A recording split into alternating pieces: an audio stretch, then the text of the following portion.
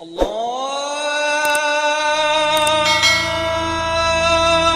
اکبر اللہ اکبر۔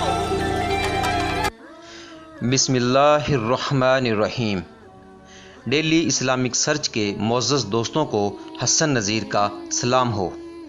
حسب روایت نئے آنے والے معزز دوستوں سے گزارش ہے کہ وہ ہمارے چینل کو سبسکرائب کر دیں اور ساتھ ہی بیل آئیکن کو بھی دبا دیں تاکہ ہر نئی آنے والی ویڈیو کا آپ کو بر وقت نوٹیفیکیشن مل سکے اور آپ تک اسلامی معلومات کی رسائی ممکن ہو سکے۔ قریش مکہ عداوت نبوی میں دیوانے ہو رہے تھے۔ وہ ہر وقت کسی ایسے موقع کی تلاش میں رہتے تھے جس سے آپ صلی اللہ علیہ وآلہ وسلم کو تکلیف دی جا سکے۔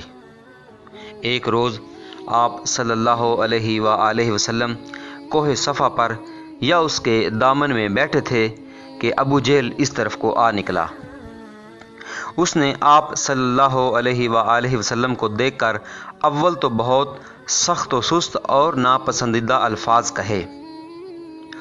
آپ صلی اللہ علیہ وآلہ وسلم نے جب اس کی بیہودہ سرائی کا کوئی جواب نہ دیا تو اس نے ایک پتھر اٹھا کر آپ کو مارا، جس سے آپ صلی اللہ علیہ وآلہ وسلم زخمی ہوئے اور خون بہنے لگا۔ آپ صلی اللہ علیہ وآلہ وسلم خاموش اپنے گھر چلے آئے۔ ابو جہل صحن کعبہ میں جہاں لوگ بیٹھے ہوئے باتیں کر رہے تھے آ بیٹھا۔ حضرت امیر حمزہ رضی اللہ تعالی عنہ آپ صلی اللہ علیہ وآلہ وسلم کے چچا تھے۔ ان کو آپ صلی اللہ علیہ وآلہ وسلم سے بہت زیادہ محبت تھی، مگر وہ ابھی تک شرک پر قائم اور مشرکوں کے شریک حال تھے۔ ان کی عادت تھی کہ تیر کمان لے کر صبح جنگل کی طرف نکل جاتے، دن بھر شکار مارتے اور شکار کی تلاش میں مصروف رہتے۔ شام کو واپس آ کر اول خانہ کعبہ کا طواف کرتے، پھر اپنے گھر جاتے تھے۔ وہ حسب معمول جب شکار سے واپس آئے تو اول راستے ہی میں ابو جہل کی لونڈی ملی۔ اس نے ابو جہل کا آپ صلی اللہ علیہ وآلہ وسلم کو گالیاں دینا اور پتھر مارنا اور آپ صلی اللہ علیہ وآلہ وسلم کا صبر و شکر کے ساتھ خاموش رہنا سب کچھ بیان کر دیا۔ حضرت امیر حمزہ آپ صلی اللہ علیہ وآلہ وسلم کے چچا ہونے کے علاوہ رضائی بھائی بھی تھے۔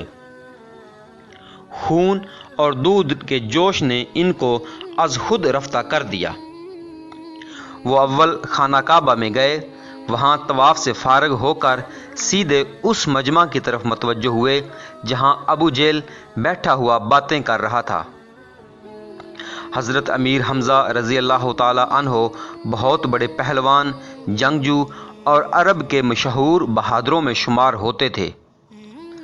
انہوں نے جاتے ہی ابو جہل کے سر پر اس زور سے کمان ماری کہ اس کا سر پھٹ گیا اور خون بہنے لگا۔ پھر کہا کہ میں بھی محمد مصطفیٰ صلی اللہ علیہ وآلہ وسلم کے دین پر ہوں اور وہی کہتا ہوں جو وہ کہتا ہے۔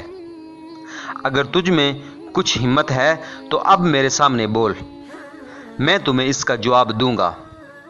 ابو جہل کے ساتھیوں کو غصہ آیا اور وہ اس کی حمایت میں اٹھے، مگر ابو جہل حضرت حمزہ کی بہادری سے اس قدر متاثر تھا کہ اس نے خود ہی اپنے حمایتیوں کو یہ کہہ کر روک دیا کہ واقعی مجھ سے ہی غلطی ہو گئی تھی، اور اگر حمزہ مجھ سے اپنے بھتیجے کا انتقام نہ لیتا تو بے حمیت شمار ہوتا تھا۔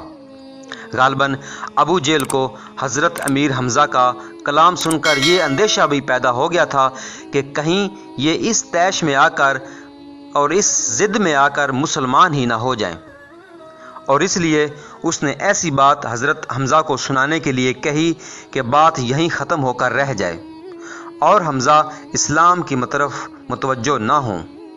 حضرت امیر حمزہ ابو جہل کی مزاج پرسی کر کے آپ صلی اللہ علیہ وآلہ وسلم کے پاس آئے اور کہا کہ بھتیجے، تم یہ سن کر خوش ہوگے کہ میں نے ابو جہل سے تمہارا بدلہ لے لیا۔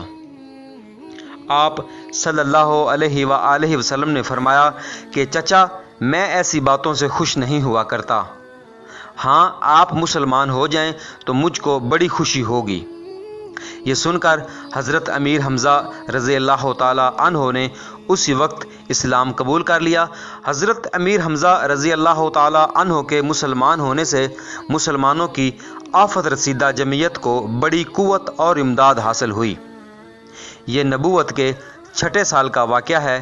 اس وقت آپ صلی اللہ علیہ وآلہ وسلم دار ارقم میں تھے۔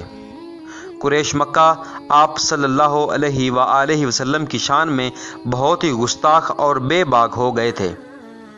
اب حضرت امیر حمزہ کے مسلمان ہونے نے ان کو کسی قدر محتاط اور مؤدب بنا دیا تھا، اور لوگ آپ صلی اللہ علیہ وآلہ وسلم کی شان میں گستاخیوں میں کمی کرنے لگے۔ اور حرف آخر میں اللہ پاک سے دعا ہے کہ اللہ پاک ہمیں تمام انبیاء اکرام کا ادب کرنے والا بنائے، اور اللہ پاک سے دعا ہے کہ اللہ پاک ہماری زبان سے کوئی بھی ایسا لفظ یا الفاظ نہ نکلیں جس سے کسی بھی نبی ولی کی شان میں گستاخی ہو۔ آمین ثم آمین۔ جی ہاں دوستو، اگر آپ کو میری یہ ویڈیو پسند آئی ہے اور آپ چاہتے ہیں کہ میں مزید ایسی ویڈیوز بناتا رہوں اور آپ کی خدمت میں پیش کرتا رہوں تو مجھے اس ویڈیو کے بارے کمنٹ کر کے ضرور آگاہ کریں، اور ساتھ ہی میرے چینل کو سبسکرائب کریں اور اپنے دوستوں کے ساتھ شیئر کریں۔ کیا پتہ آپ کا ایک شیئر کسی کی زندگی بدل دے۔ اگر اللہ نے چاہا تو ایک نئی ویڈیو میں ایک نئے مضمون کے ساتھ پھر حاضر ہوں گے۔ تب تک کے لیے مجھے اجازت دیجیے۔ اپنا اور اپنے چاہنے والوں کا بہت سا خیال رکھیے گا۔ اللہ حافظ، اللہ نگہبان۔